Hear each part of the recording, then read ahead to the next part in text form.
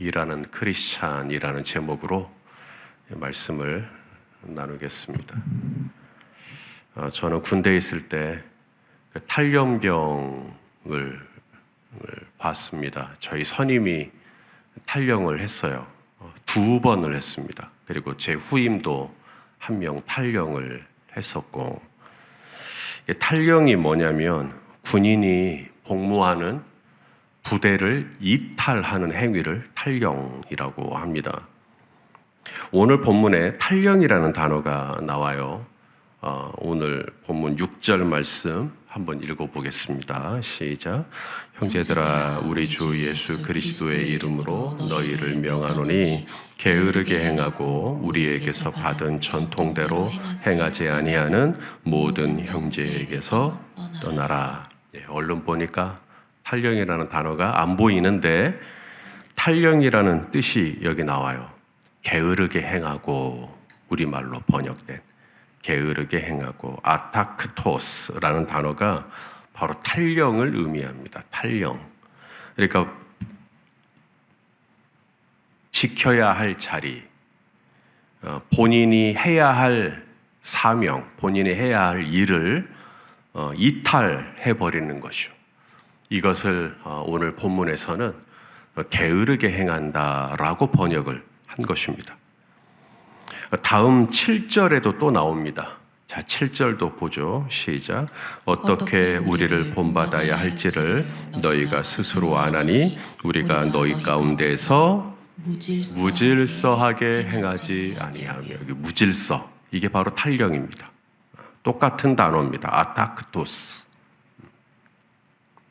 그럼 도대체 데살로니가 교회 성도들이 왜 이렇게 탈영을 하는 걸까요? 왜 이렇게 바울은 데살로니가에 보내는 편지를 마무리하면서 탈영하지 마라, 탈영하지 마라, 게으르게 행하지 마라, 무질서하게 행하지 마라, 왜 자꾸 이렇게 얘기를 하는 걸까요? 지금 데살로니가 교회 성도들이 탈영을 하고 있다는 이야기죠. 탈영을 했다는 이야기입니다. 왜 탈영을 하냐면 주님의 재림에 대한 오해 때문입니다. 임박한 종말론. 주님이 곧 오신다. 주님이 곧 오신다. 주님이 곧 오신다는데 내가 열심히 일할 필요가 있느냐라고 하는 것입니다. 오늘 점심시간쯤에 우리 주님 오실 거거든요. 오늘 한 11시 반에서 12시 사이에 주님 오셔요. 아멘? 네. 그러면 그렇게 오늘 오실 거라면 내가 굳이 저 교통체증을 뚫고 직장에 출근할 이유가 있느냐? 주님 몇 시간 뒤면 오시는데 그냥 기도하면서 찬양하면서 예배하면서 이탈하는 것입니다. 내가 있어야 할 본분의 자리에서 이탈해가지고 그렇게 살아가는 사람들이 많았다는 거예요. 어차피 주님 오신대, 금방 오신대, 곧 오신대. 그래서 사업하던 사람도 사업도 다 때려치고 직장하던 사람도 직장에서 나와가지고 학교 다녀야 될 학생이 학교를 안 가요. 등교를 안 해요. 왜냐하면 주님 곧 오신다는 거예요. 그래서 전부 다 이탈을 하고 있는 겁니다. 그래서 바울이 데살로니가에 편지를 보내면서 그러지 마라. 그러지 마라. 그러면서 정말로 주님의 재림, 주님의 오심을 잘 맞이하고 싶으냐? 그러면 따로 저기 산소 깊은 기도원에 들어가가지고 기도할 게 아니라 하나님이 오늘 나에게 맡기신 본분, 오늘 하나님이 나에게 맡기신 일, 그 일을 성실하게 하는 것이 주님의 재림을 맞이하는 바른 자세다라고 지금 오늘 편지를 마무리하며 쓰고 있는 겁니다. 자, 8절 말씀도 또 보시죠. 시작. 누구에게서든지 음식을 값없이 먹지 않고 오직 수고하고 애써 주야로 일함은 너희 아무에게도 폐를 끼치지 아니하려 함이니. 지금 누구에게냐면 바울이 본인이 이렇게 일했다는 거예요. 오직 수고하고 애써 주야로 일을 했다. 누가? 바울이. 바울도 전임 사역자잖아요. 데살로니가 교회를 개척했고 그러면 전임 사역자니까 교회에서 녹을 받고 성도들이 사례비를 주고 그거로 생활하고 그렇게 할 수 있을 것 같은데 바울은 데살로니가 교회에서 사례를 받지 않았습니다. 주야로 본인도 일을 했어요. 천막을 만드는 일을 했어요. 텐트 메이커라고 하죠. 천막을 만드는 일을 하면서 거기서 수입을 벌어서 그거로 살면서 목회를 또 한 겁니다. 왜 그렇게 했느냐? 바로 데살로니가 교회 성도들로 하여금 바른 종말 신앙을 갖는 본을 보이기 위해서, 이것이 주님의 오심을 기다리고 맞이하는 성도의 바른 자세다. 자, 9절 말씀을 또 읽겠습니다. 시작. 우리에게 권리가 없는 것이 어떤 권리요? 사례비를 요구할 권리.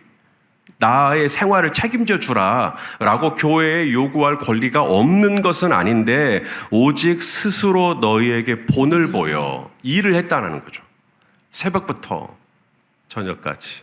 새벽기도 나올 때 보면 쿠팡 직원들이 새벽에도 막 이렇게 하셔요.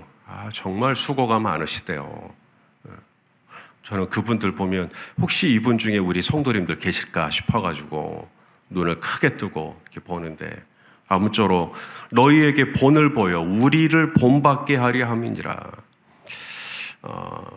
우리 크리스찬들이, 성도들이 노동하는 것, 일하는 것에 대해서 어떤 오해가 있다라는 것을 제가 발견하게 됐어요. 이게 뭐냐면, 노동은 하나님이 저주하신, 하나님이 인간이 죄를 짓고 난 다음에 그 죄에 대한 형벌로 노동이 주어졌다. 이렇게 오해를 하고 계시더라고요. 그러니까 인간은 언제부터 노동을 했는가? 인간은 언제부터 일을 했는가?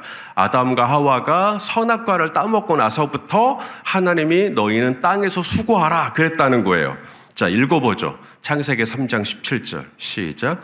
아담에게 이르시되 네가 네 아내의 말을 듣고 내가 내게 먹지 말라 한 나무의 열매를 먹었은즉 너로 말미암아 저주를 받고 너는 내 평생에 수고하여야 그 소산을 먹으리라 라고 했기 때문에, 그러니까 타락하기 전에는 수고 안 했는데 타락하고 난 다음부터는 수고를 해야 소산을 먹으니까 이제는 일해야 되고 수고해야 되고 노동을 해야 되고 그래서 노동은 죄의 저주의 대가구나.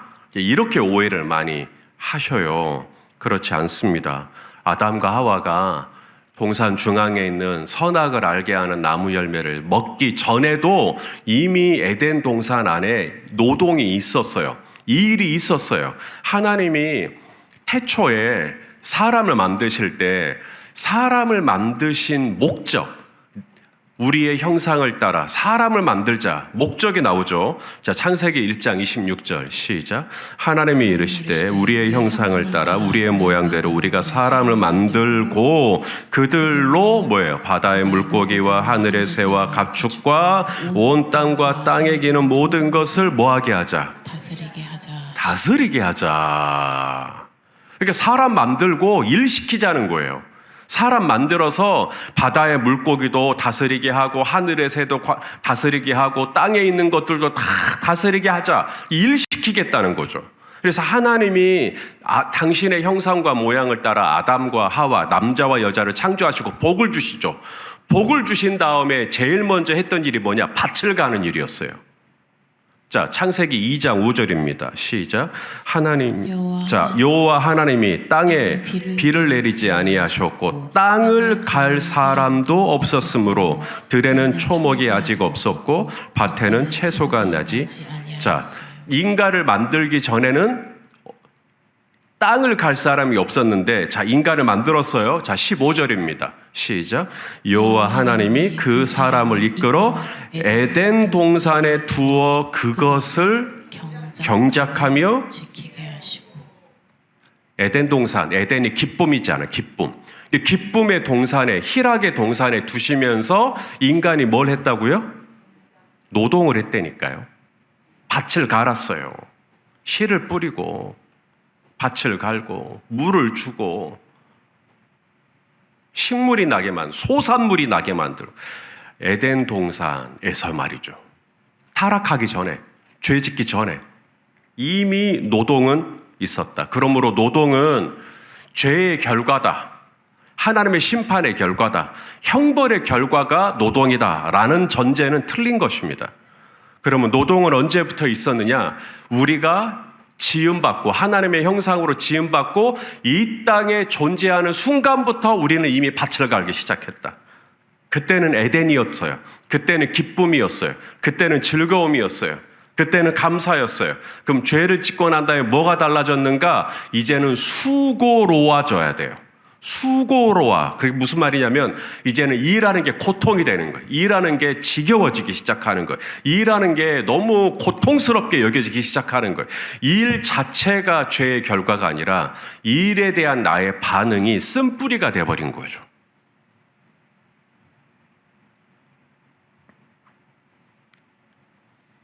예수님은 어땠죠? 우리 예수님이 이 땅에 오셔서 놀고 먹었나요? 우리 예수님 안식일에, 남들은 안식일날 다 쉬잖아요. 그런데 우리 예수님은 안식일날 마태복음에 보면 회당에 들어가서 손 마른 사람을 고쳐주시죠.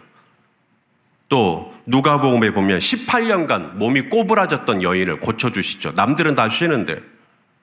요한복음에 보면 베데스다 연못에 몇 년?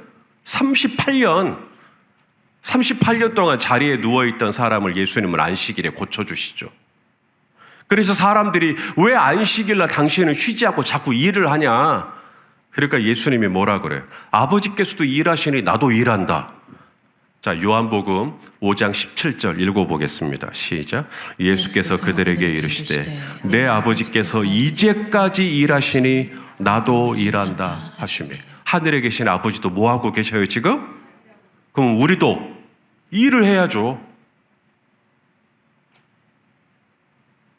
탈령을 할 게 아니라 게으르게 행하며 무질서하며 탱자 그렇게 살 게 아니라 우리 정말 크리스찬이라면, 정말 성도라면 내 아버지께서도 일하시니 예수님도 안식일에 일하셨다면 나도 일을 해야 한다.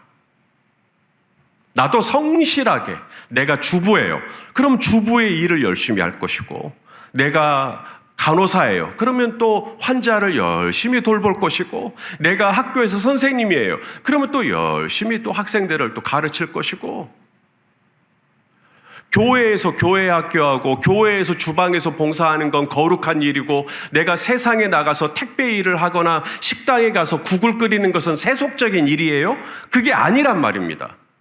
모두가 다 하나님이 오늘 나에게 있게 하신 그 삶의 자리에서 하나님이 오늘 나에게 맡기신 일이다 라는 마음으로 감당하면 그게 다 거룩한 일이에요. 주님이 오실 때 내가 어떠한 모습으로 주님을 맞이할 것이냐, 여러분 이 말씀 잘 아실 겁니다. 자, 마태복음 24장 40절 말씀이요. 읽어보죠. 시작. 그때에 두 사람이 밭에 있음에 한 사람은 데려가고 한 사람은 버려둠을 당할 것이요. 두 여자가 맷돌질을 하고 있음에 한 사람은 데려가고 한 사람은 버려둠을 당할 것이니라. 그러므로 깨어 있어라. 어느 날에 주가 임할는지. 자, 이게 주님이 오신다는 거죠. 주님이 곧 오시니까 밭에서 뭐 하고 있어요 지금 두 사람이. 그러니까 그러다가 한 사람은 하나님이 데려가셨다는 거예요. 하나님이 데려가셨다. 근데 한 사람은 내버려 두셨다. 그러니까 밭에서 기도하고 있었어요? 밭에서 성경 읽고 있었어요? 밭에서 묵상하고 있었어요? 밭에서 일하고 있잖아요. 그리고 이 여인들은 뭐 하고 있죠? 여전도에 모임하고 있나요? 목장 모임하고 있었나요? 물론 그런 것들이 중요하지만 여인들은 맷돌질을 하고 있었다니까요. 당시의 여인들의 맷돌질은 그냥 일상이었죠. 그러니까 일상을 살고 있는데도 하나님이 데려가시는 거예요. 깨어라 라는 말은, 그러니까 밭에서 일하지 말고 멜도질 하지 말고 얼른 기도원 같은 데 가서 기도하고 전 재산을 팔아가지고 가난한 사람들에게 나눠주고, 너희는 아무것도 갖지 않고 흰 옷을 입고 주님의 재림을 맞이해라.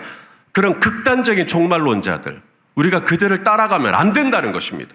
그들을 따라가면 탈령하게 돼요. 그러면 내가 내 본분을 지키면서 어떻게 해야 되는가? 오늘 우리 이선주 권사님이 해야 할 일이 있잖아요. 또 우리 이지영 목사님이 또 해야 할 일이 있고, 나에게 맡겨주신 삶의 일상의 자리를 내가 밭에서 일을 하면 밭에서 일을 할 것이고, 맷돌질을 하는 일이면 맷돌을 갈 것이고, 오늘 내 일상을 살아가는 거죠. 그런데 그 일을 하는 것이 주님이 우리를 데리고 가는 거예요. 이것이 참된 종말을 기다리는 성도의 일에 대한 자세, 노동에 대한 자세다. 물론 어떤 일을, 어떤 노동은 정말 힘들어요. 우리 성도님들 너무너무 이 회사에 출근하는 게 너무 버겁고, 직장에 출근하는 것이 너무 무겁고 힘들어서 이렇게 탄식을 내시죠. 그 일을 어떻게 가볍게 할 거냐, 이건 또 다른 문제이고, 중요한 것은 우리 성도님들이 그렇게 무겁게 맷돌질을 하고 무겁게 밭에서 일을 하지만 그렇게 탈령하지 않고 그 자리를 지켜내는 것이 주님의 오심을 맞이하는 성도의 종말을 사는 바른 자세라는 걸 기억하고, 오늘도 내게 주어진 일상의 몫을 성실하게 살아가는 우리 모두가 될 수 있기를 주님의 이름으로 축복합니다. 기도하겠습니다. 존귀하신 하나님, 우리에게 바른 종말 신앙을 갖게 하여 주시고, 오늘 우리 각자에게 맡겨주신 일들을 우리가 성실하게 감당하는 이 하루가 될 수 있도록 주여 우리에게 힘 주시고 은혜를 베풀어 주옵소서. 예수님의 이름으로 기도합니다. 아멘.